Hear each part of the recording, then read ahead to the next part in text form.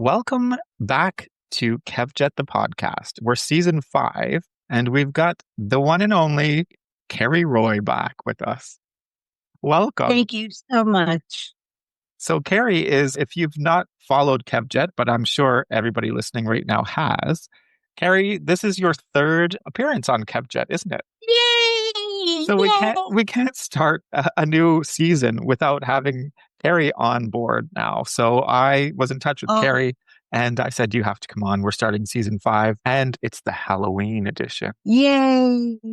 It's such a good time of year for psychic mediums. It's like in the US, it's like accountants during tax season. We're very popular this time of year. Some people will book almost a whole year in advance for Halloween because it's such a, hot time of year here in New Orleans too. We have parades. We have a lot of activities for the holiday. So people plan to come to New Orleans for Halloween. It's a destination now for that holiday. And so some people book up to a year in advance. And then, of course, we get a lot of people last minute that are in town. And why do you think that Halloween is the time of year for the psychics? Well, it is known to be the time of year when the veil between the worlds is the thinnest. And so people have a Samhain is the holiday in ancient Druid and in British UK communities. It was celebrated as Samhain, which is actually they call it the Witches' New Year. So it's a very potent time of year for people who believe in spirits. It's not just Halloween where you're busy, because I talk to you, we keep in touch, and you are busy 365 days a year. But is this your most exciting time of the year, or do you just enjoy your everyday Monday to Friday? I love all of it. I really do. And I'm somebody who wakes up and actually enjoys Mondays. I dig them. I feel like, yay, it gives us a fresh start. And I always love opportunities to relaunch, every day. And so I really enjoy being busy with clients throughout the year. But there are certain times that we as a city, and I am a New Orleanian, that we as a city are busy. And Halloween is one of them. New Year's, Mardi Gras, festival season. We've always got something going on. And that kind of ties in because 50% of my business is tourist based. I was going to ask that question. So New Orleans is busy in itself, and you must have your regular clients that come and see you. Yes. However, there would be lots of tourists that come on in. There sure are. They're really all over the world. And then they go home and they tell somebody about their reading. And I have read entire families that I've only met one member, and word of mouth when they go back home where they came from, other family members and friends want to have that experience too. So I can do it via phone. And that's great. That's amazing. Just for a little recap for anybody who might be tuning in and have not heard your previous episodes with myself, let's kind of just go back and what was the very first what just happened psychic moment for you? Wow. I would say that when I was little, I had a lot of strange phenomenon happening. Granted, I grew up in a home where that was accepted. My mother was also a psychic medium. My grandfather was an astrologer. So we as a family thought a little outside the box. But my first real overwhelming experience was when I walked in on my mother, who was having a conversation with somebody who was not there, and there was a rocking chair moving back and forth. And I was like, okay, something is here. A lot of paranormal phenomenon in my home growing up. We had one home that we lived in was on an ancient warpath, Native American warpath. And we would wake up to noises, banging in the middle of the night. My mother would come downstairs and just scream, into the abyss. This is our home. Please leave and let us sleep in peace. And so my first things were what I recognized were things that were happening with my mother. And then they started happening to me when I was about 7, 8 years old. That's when I started having experiences. Prior to that, it was really just looking at my family stuff. And really, we are all believers. Even the scientific side of my family is open to the possibilities. Growing up in New Orleans, did the city's magic feel normal to you, or did it feel spooky? It didn't feel spooky. One thing that happened was it was in the summertime when the city is very, very quiet. And I was a little girl. My mother and I were walking down Royal Street. And all of a sudden, there was nobody on the street like it tended to be in the summers. And as far as tourists in the quarter, there were Sure. people, New Orleanians, doing their thing, but it was pretty quiet. And all of a sudden, I saw a whole street filled with people and it was overwhelming to me. I thought it was Mardi Gras, but I fainted because it was so overwhelming that they were maybe it went from nothing to about 100 people there. And when I came back to consciousness, I was asking my mother what happened to Mardi Gras. And because I thought that the people were in costume because there were different historical periods represented by all of the people that I was seeing, probably spanned about 200 years. Wow. If you could send a message back to your younger self when you're starting this journey, what would the message be? You are you are not weird, you're just different. You're special. That's what I would tell my little younger self. And I was fortunate that I did get a lot of feedback in that way from my family, but I still, as adult me, would reach back and say, this is perfectly normal, Cari, and you're going to, what others may think is strange about you is actually going to be your greatest gift. That's beautiful. What actually happens when you tune into the spirit world? Is it like dialing a phone or is it more like a group chat chaos? One of the reasons why I only do individual readings, some mediums do readings when there are like 15 people in a room together. I cannot do that. It overwhelms me. It is like psychic, like party line, and it's just too many people trying to come in, and it's really hard to get clear, concise individual messages. So I just do myself a favor and the clients a favor, and I don't do that to them or me. And I see people one on one. And what happens is that they walk into my office and basically they are walking in with their angels and ancestors. And I know who they are. They're with them. They're clear as day to me. And then they try to provide messages for their loved ones to let them know that they're there. And I am an interpreter between the worlds. That's what I do. I take the world of dead and I interpret what they're saying to the world of the living. And when spirits, I guess, bring themselves to you, do they have distinct personalities? Gosh, yeah. Everybody, we are the same. Kevjet, the ghost, is going to be like Cari, the ghost is going to be. I mean, our personalities that we bring in, our core self, they stay. And so if somebody was funny in living life, they will be funny in the afterlife. If somebody is a concerned person, they will be concerned about their loved ones. What we don't bring along with us to the other side is depression, anxiety, fear, anything that's associated with the central nervous system, because we no longer have a body. So we no longer have any of the ills of the body. Have you ever been caught off guard by spirit? Gosh, yeah. Yeah. I had a real crazy thing happen about 6 months ago where a gal came into my office and she had a toy. She proceeded to show me the toy, that there were no batteries in it. There was no electrical equipment. There was no remote, anything like that. She put it on my desk and that toy started moving towards me and lunged at me. And it was really, I was so freaked out. I didn't take a video of it. That's how I was like, wow.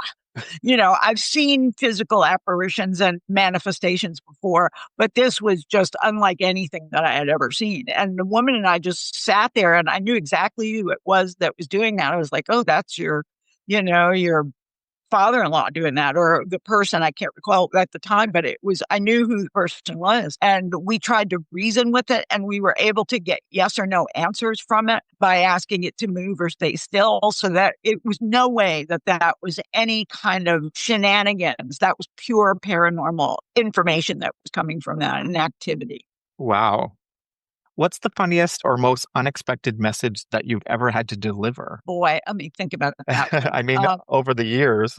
Yeah, I'm trying to think what that would be, because I sat down and figured it out. I've probably done in excess of 25,000 readings in my life. That's a lot. That's And The one thing that I really get that is very surprising to people is that there can be people who were not great in this life who come around and want to make amends from the other side. And that is a big surprise to clients. You know, if you've had an abusive parent or somebody who taunted you, or it was really, they come back when they're on the other side, they realize that wasn't a good thing to do. And in order for them to make it through and for their soul to progress, they have to make it right. And so it's very like, people are like, I never thought my mother would be coming in here and saying that she was sorry. And I'm like, yeah, it's the only way she's going to get to go to the next place. You know, that's what happens with regularity. And it surprises a lot of folks. Does it sometimes put off the client when somebody enters the room and you're trying to give them a message and they almost don't want to be receptive of that person because they only have a negative memory about them? Yeah, I always frame it that the choice is up to them if they want to forgive the person or not. I am not putting them on the spot that they have to resolve that issue in just a couple minutes in my office. It may take them a year for them to really come to terms with that experience. And so I deal with it in a very gentle, loving, and empowering way. And if they don't want the person to communicate to them, I will block that to the best of my ability and find the other angels that are there to support them. But it really is totally up to the client, and it's never meant to make them feel that they have to do that at that moment. Sure. Do you think that everybody is a bit psychic? Do you think everybody has a little bit of ability? I do. I think everybody has, it's an innate human quality. Well, it's not just humans, animals are very intuitive as well, but everybody has one. What happens is that we grow up in that being ridiculed or dismissed or made to feel that it's a weird phenomenon when it's not. We all have those feelings. The other thing that happens is that as time moves on, we have to focus on this world. I tell people a lot, they're like, I want to see the dead people. I'm like, you got to make a choice, man. You can't watch two TV shows at the same time. You've got to dial into one of those shows. And the dialing in that we need to do is in this world so we don't drive over somebody. You know, I mean, we have to just use our abilities to the best that we can just to survive in this world. But if we learn to listen and identify, everybody will realize they have that psychic voice within. Yeah, I find even just recently sitting with friends, they'll say, "Oh, do you remember that one time we were doing this or we were doing that and this happened? I know exactly that was my loved one who walked past us." Or and so I think people don't like to talk about it, but people feel it. Yeah, yeah. I think it's 75% now, according to the Rasmussen reports. 75% of people say that they have had some kind of psychic or paranormal experience. Have you accidentally read someone's energy in everyday life, like on a date or out at the grocery store? Always on a date, always on a date. Yeah, How yeah. does I that try go? not. It has kept me at a 65-year-old single. No, I've had wonderful, exciting relationships in my life. But part of the problem is that people can't really lie to me, you know, and you want to get rid of the people that do that anyway. And so a lot of people too, it can put off gentlemen, as a matter of fact, because it really shifts the power structure there and it makes them feel like I've got something on them. And so it can make people uncomfortable. It really can. I can imagine it would. I would be intrigued. I would love that. I'd take you out on Oh, many, many dates. you're taken, unfortunately, but good for Nick. Yeah. Well, I'll still take you out. We'll still go out on a date Oh, when yeah. we're in the same city sometime. Do you ever get psychic burnout? Yes, I've had that. There was a period when I had to stop. I stopped for a year. It coincided with the loss of my adoptive mother. And I just didn't have it in me to give people. And I wasn't going to push myself through it because I wouldn't have given them my best. And so I took a year off. Occasionally, I will take just 2 weeks. I really love what I do, so I don't actually take a lot of time off. But that one time where I took a year off was back in the late 90s, early 2000s. I took a year off. And other than that, I try to kind of know when it's coming and lighten up my load a little bit for a couple weeks, and then I can get through it. Sure. You always hear people say, "Oh, if you're psychic, give me the lottery numbers." Gosh, yeah, I know. I hear it all the time. Yeah. And how do you Yeah. deal with that? I tell them that if I had the lottery numbers, they wouldn't be sitting in my office because if I had the lottery numbers, I would have several islands of my own and it would be a very different life.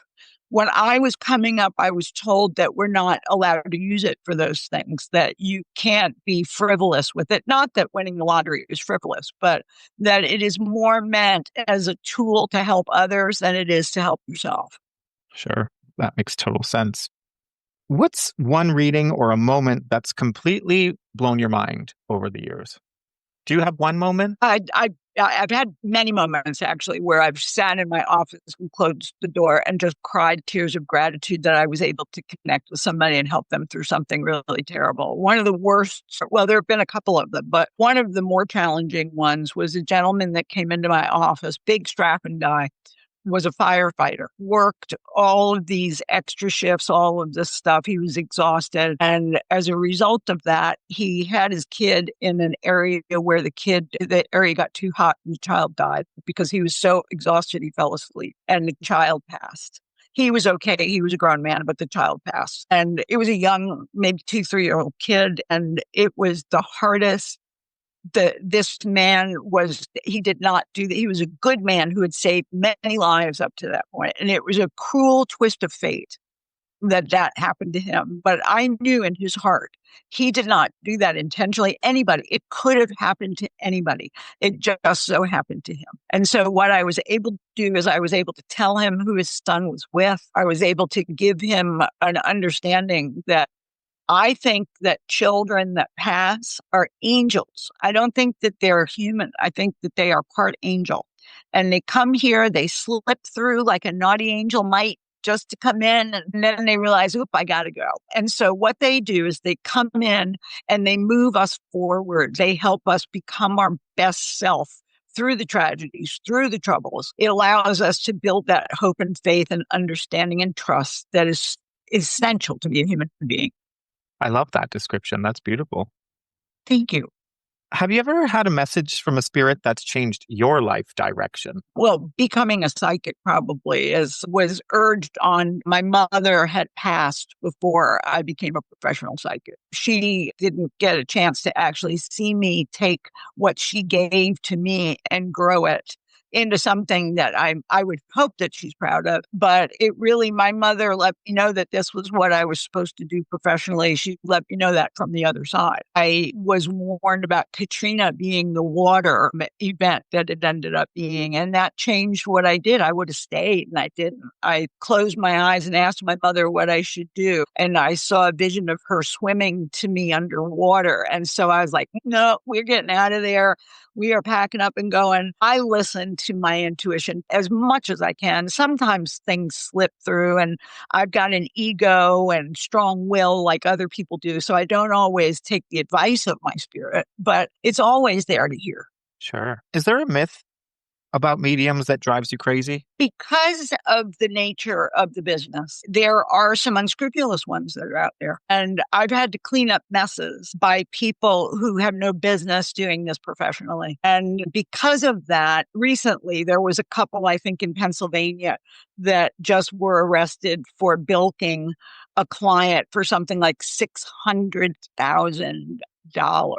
Right. Again, one of the ways that people can tell that I'm not one of those people is that I am in my office working and I'm not sitting there cashing the 600 grand that I've just built from you. You know, it's really terrible when that happens because it gives us all a bad name. And it happens because people come to us in a vulnerable condition. And so there are people, as in any population, that are, unscrupulous and they take advantage of somebody's vulnerability. And I've worked 40 years to try to dispel that. And it really irks me that people think that. Yeah. What's one message that you've heard from the other side that you think everybody should hear? This is the big one.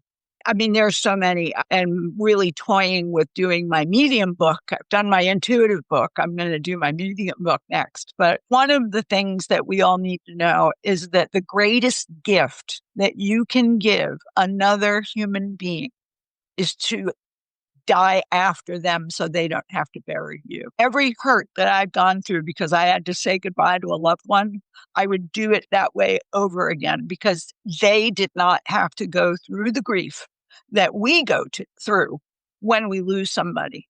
And so I firmly believe that on the other side, we make these agreements and we say, I'm going to come here, but don't worry about it. You're not going to have to bury me. I'm going to take one for the team and I will say goodbye to you first. And I think everybody needs to know that because it frames this terrible experience that we go through, grief, loss, often in a trauma, trauma comes along with it if people have passed in a very unexpected way or in a violent way. And we are so grief stricken by it, but we need to remember that somewhere in this universe, we agreed to that. And the reason that we agreed to that is because it is the kindest, biggest gift that you can give a loved one is to stay here and bury them.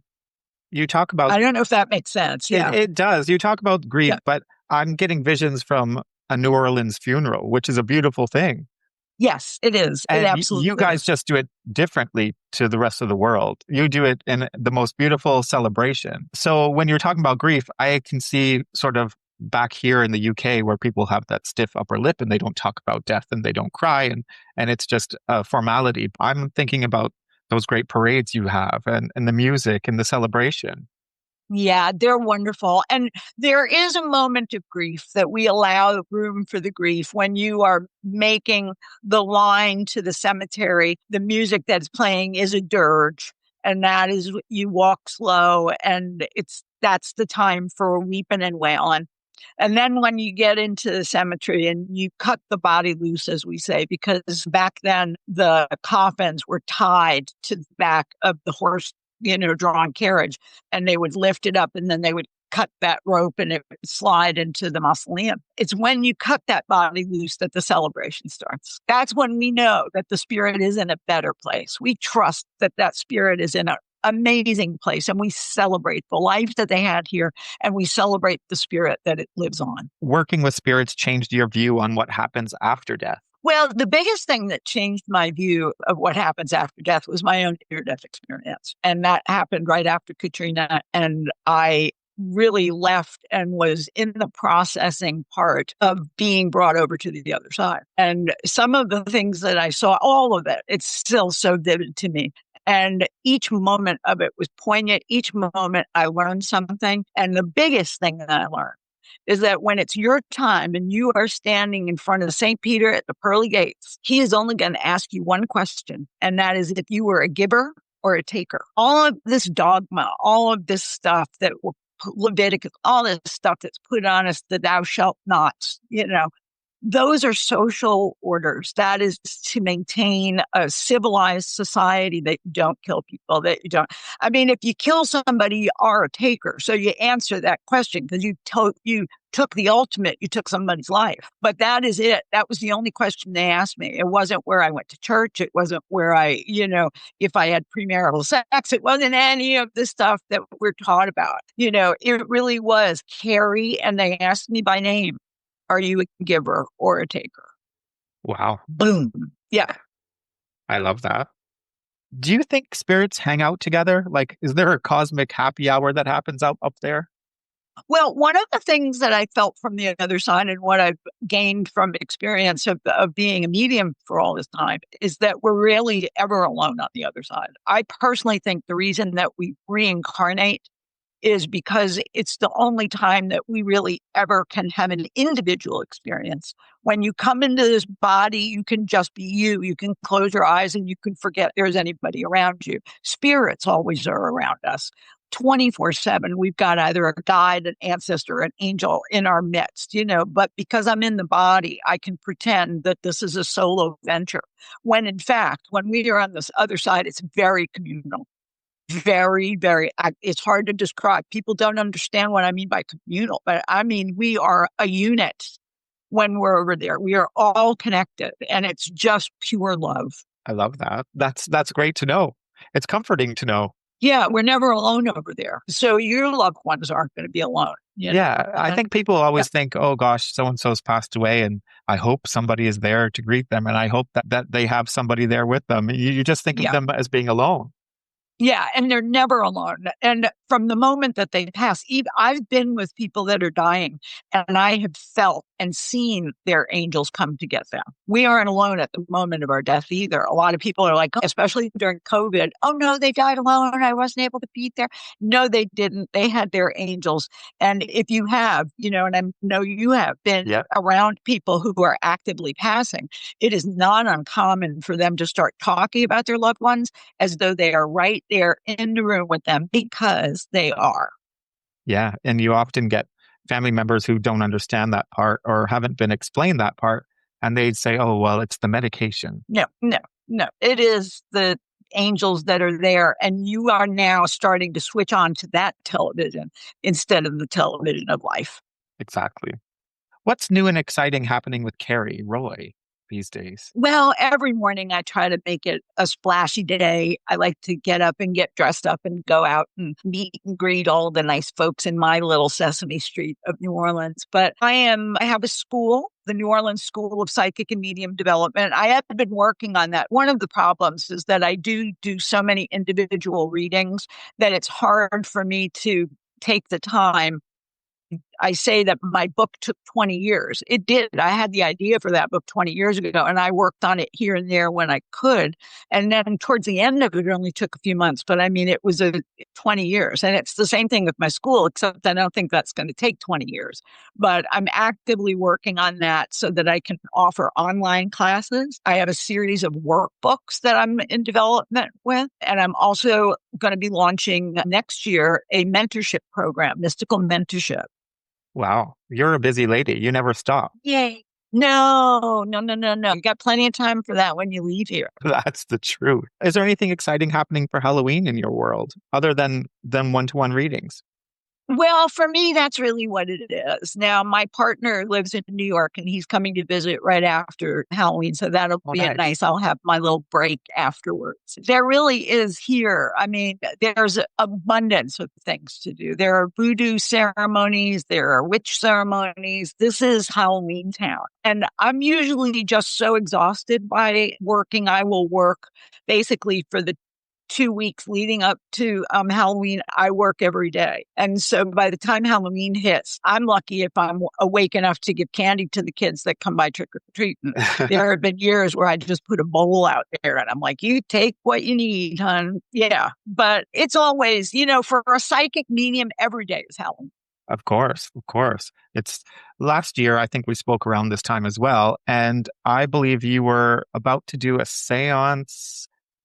Was it a seance for, was it 12 or 13 around a Yeah. table? Yes, yes, it was. Yeah, it was. I limit them to 13. I am the 13th number, so it's 12 guests.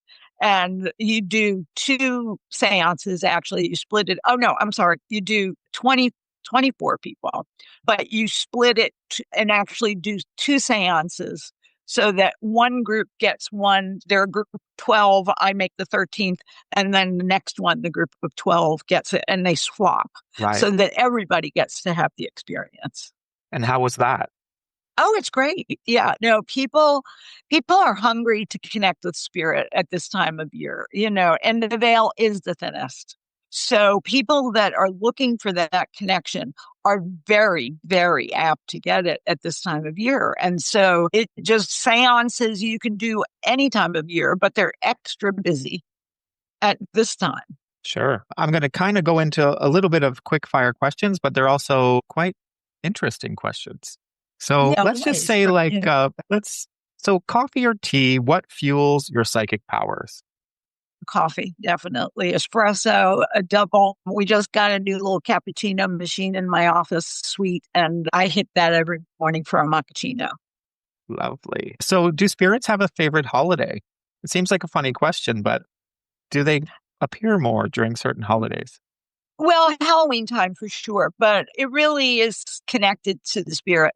If somebody was a big Christmassy person, they may be more active around Christmas. Some people, my mother was a big birthday gal. She would make every birthday the most special event. And so on birthdays, my mother tends to be active because that's what she liked to do when she was here. And so that's pretty much what relegates that. Yeah, I have a good friend who doesn't celebrate the date of her son's death, but she celebrates his birthday. His birthday. Yeah. And I think That's a that's beautiful. beautiful way to honor them. It Yeah. is. Funniest spirit personality you've ever met? An old, what was a very funny older man who was just flirting with women outrageously. And I kept trying to, hold this back. And he was just flirting. I mean, it was the funniest thing. It truly was. This spirit was, I called him Randy, even though that wasn't his name. That's what I called him. And I had to eventually just walk away because he had and been on the other side so long that he was really trying to make up for lost time and kept saying to me to say things that were inappropriate. And so I eventually had to cut it off, but it was funny. The guy was really funny until he became annoying. Of course. If your spirit guide had a theme song, what would it be? Oh boy. Oh, wow. Okay. I got to just let that one off the top of my head. If my spirit guide had a song, I would say Come Together by the Beatles. It's a good one. Yeah. What's the creepiest thing that's ever happened to you mid-reading? And I know we talked about this toy that you The recently doll, had. the devil doll. Yeah. Yeah. That was really the creepiest thing. The other thing is just the noises that occur sometimes when you are around and you actually hear things. But the creepiest thing, I will tell you what the creepiest thing was. There's a restaurant here named Tableau. It's a wonderful restaurant. People can look up online on YouTube and see some of the videos of the paranormal activity that they have there. Now, many years ago in the early 90s, I did a paranormal investigation there when it was an old theater. And I was part of a group that went in and we were able to detect the spirits that now people are very aware are there. But at the time, nobody really was doing that stuff. And so we identified them. I went back 30 years later and the spirits remembered who I was. That was weird. That is 30 very, years. that is And creepy. they referenced me. We had one of those boxes that makes the noise. I'm drawing a blank on the name of it. The Estes method, I think, is what it's called. And it's a box that picks up frequencies. And so you can hear spirit. You can make out sounds and names. And we did that. We had that plugged in and it came out and it said Miss Roy. So they were polite. They remembered me and they said, welcome back, Miss Roy. Wow. Yeah. So they never left that place. So the spirits Yeah. tend to just stay where they are if they're happy. They do. They do. A lot of people are afraid that they're going to get an attachment if they're in haunted areas and the spirits are going to come home with them. That's very rare. It's so rare that I would say don't ever worry about it. I think that the feeling of it can come home with us, but the spirit is in creature comforts. They like their place and their routines the same way that we do. And the reason that they can be doing this for all of these years, and we're like, oh my God, it's 30 years. They have a completely different perception of time. When you are on the other side and you're looking at this life, we look like we're going in fast forward to them. And so it really doesn't feel to them like 30 years. It could feel like 30 minutes to them. This recent conversation just brings two big questions to my mind. And the first is there's a TV show that I like to watch, and it's a bit silly, I think, and I can't remember what it's called, but it's from America. And usually people have gone to an antique store and bought an item and brought it home, and they bring a spirit in with them. Is that something that happens? Yes, that does happen because spirits can be attached to whatever was their most important treasure. I first recognized this with a guitar, and a friend of mine got a guitar and all sorts of weird stuff started happening. And we were able to trace that the person that had that guitar died a violent death. And so all of the weird stuff was connected to that guitar because that spirit put so much of their life force into that guitar that it made an inanimate object an animated object. So that can happen. And I really caution people when they're going and buying stuff that they need to do a cleansing on it before they bring it into their home. So that was my next question, because I was thinking I would never go buy an antique item because of this TV show. So I was going to ask, is there a way to make sure that when you bring it into your house that it's been cleansed. Absolutely, there are ways to do that. I'm a big fan of something called rose geranium oil, and I know it's stronger than sage. And you can put a little rose geranium oil in a polish and just polish the furniture with that, and that'll cleanse it. There are many, you can put salt in the drawers if it's a piece of furniture. You can soak it in salt water if it's a smaller item. There are many ways to clear it. My next question was just going back to the conversation about spirit and staying in one place is going to visit a loved one's grave. Yeah, Are they there? only when you are. They don't hang out there. Graveyards are the least haunted places. Really, truly, the only reason that they will be there is if you're there visiting them. And then when you leave, they leave too. The most haunted places are hospitals and hospice. Those are the most haunted because you have the spirits coming to get the people that are leaving, and you have the people that are leaving. And so those are real active areas. It's very busy. It's a very busy time because that's Yeah. happening 20. Yeah. Wow, that's good to know. I like that answer. If you could send one message to your future ghost self, what would it be? We sure had a blast, didn't we? We lived it up. We took as much as we can while we were here. And I don't mean that in a taking way, not in that give or take question, but I took a big bite out of life. And I think that my future self will appreciate that.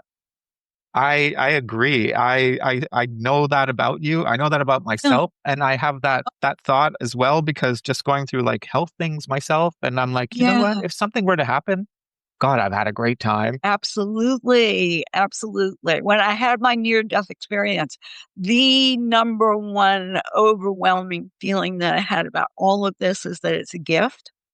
And I was so grateful. I was crying.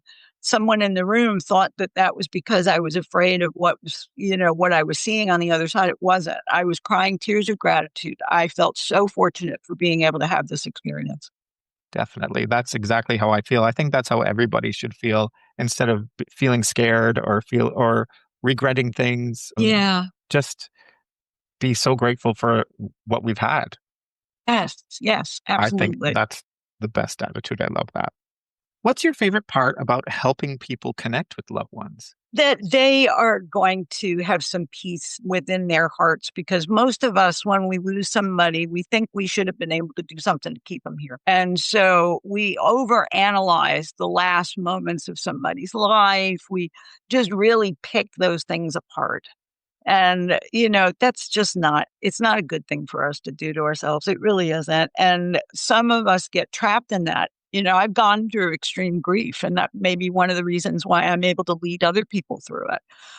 But it's really this really is a gift. And as I said, the goodbyes that we make they're temporary. We will see I don't even say that people are dead. I say that they've relocated, right? So I think that it's a very rewarding experience to be able to see that weight lifted off of somebody, for somebody to then be able to spend their time and their energy thinking about the good times that they spent together, not the things that they wish they had done.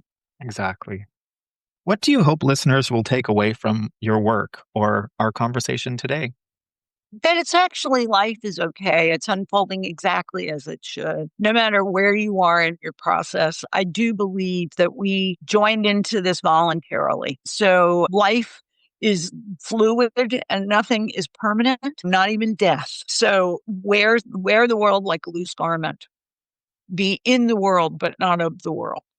There are ways that we can be here and take full advantage of the experience without getting so weighed down in it that we aren't still spiritual beings having a physical experience. If the spirit world could leave humanity one sticky note right now, today, I don't know what the date is, we're October 2025. What do you think they would say? Love is the answer. That's it. Love is the answer. Doesn't matter what the question is, love is always the answer. And so love is why we're here. We're here to love each other. We're here to love the planet. We're here to love animals. This is to be a positive experience. It's not about greed. It's not about what you got. It really isn't. It's how we connect with each other and how we love each other.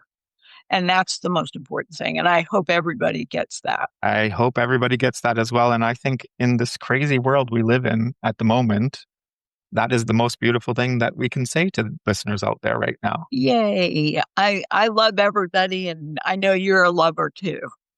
And that's the way to go through this life. Be open, be receptive. I had a mentor once, and she gave me a mantra that I had to say, and it was that I am a gracious receiver. You don't always have to be doing. Sometimes that's funny coming from me, who is always doing, but we have to remember to be receptive, that the universe really wants to spoil us, and we just have to get out of the way and let it happen. It's so true. Well, thank you, Cari Roy, for having this beautiful conversation once again. Oh, my joy. Thank you so much for having me. I feel so fortunate. You are one of my favorite people, and I know all the good that you're doing in this world. And it is just really, I can't tell you how truly honored I am by our friendship and by the opportunity to connect with your guests. I love that we've carried our friendship on from day one because this is probably, this could actually be episode 150. Ooh, I love it. Imagine. And I think you were like one of my very first episodes. Yes, And I really, yeah, we've come such a long way and we've kept in touch and we have a beautiful friendship. And we still have not been in the same city yet. So we have to make that happen. yeah. We'll make that happen. We definitely will. Don't come to the US for a while, but I'm going to try to get over to the UK. Definitely. You're welcome Yeah. anytime. Yay. Thanks But for, I don't think you'll be here for a while, but I think that you've got other travel I see for you in the future coming up, but I don't think that you're going to be coming. Probably it'll be me coming to England before you maybe can make it here. yeah, I can't wait. I can't wait to show you London. I know you've been here before, but you haven't seen Kevjet's London. No, I have not. And just to be in your presence is going to be that's going to be the most exciting part. I can't wait. Thank you, Cari Roy. Thank you, Kevjet, my love. Thank you. Lots of love. Okay, you too. Thanks.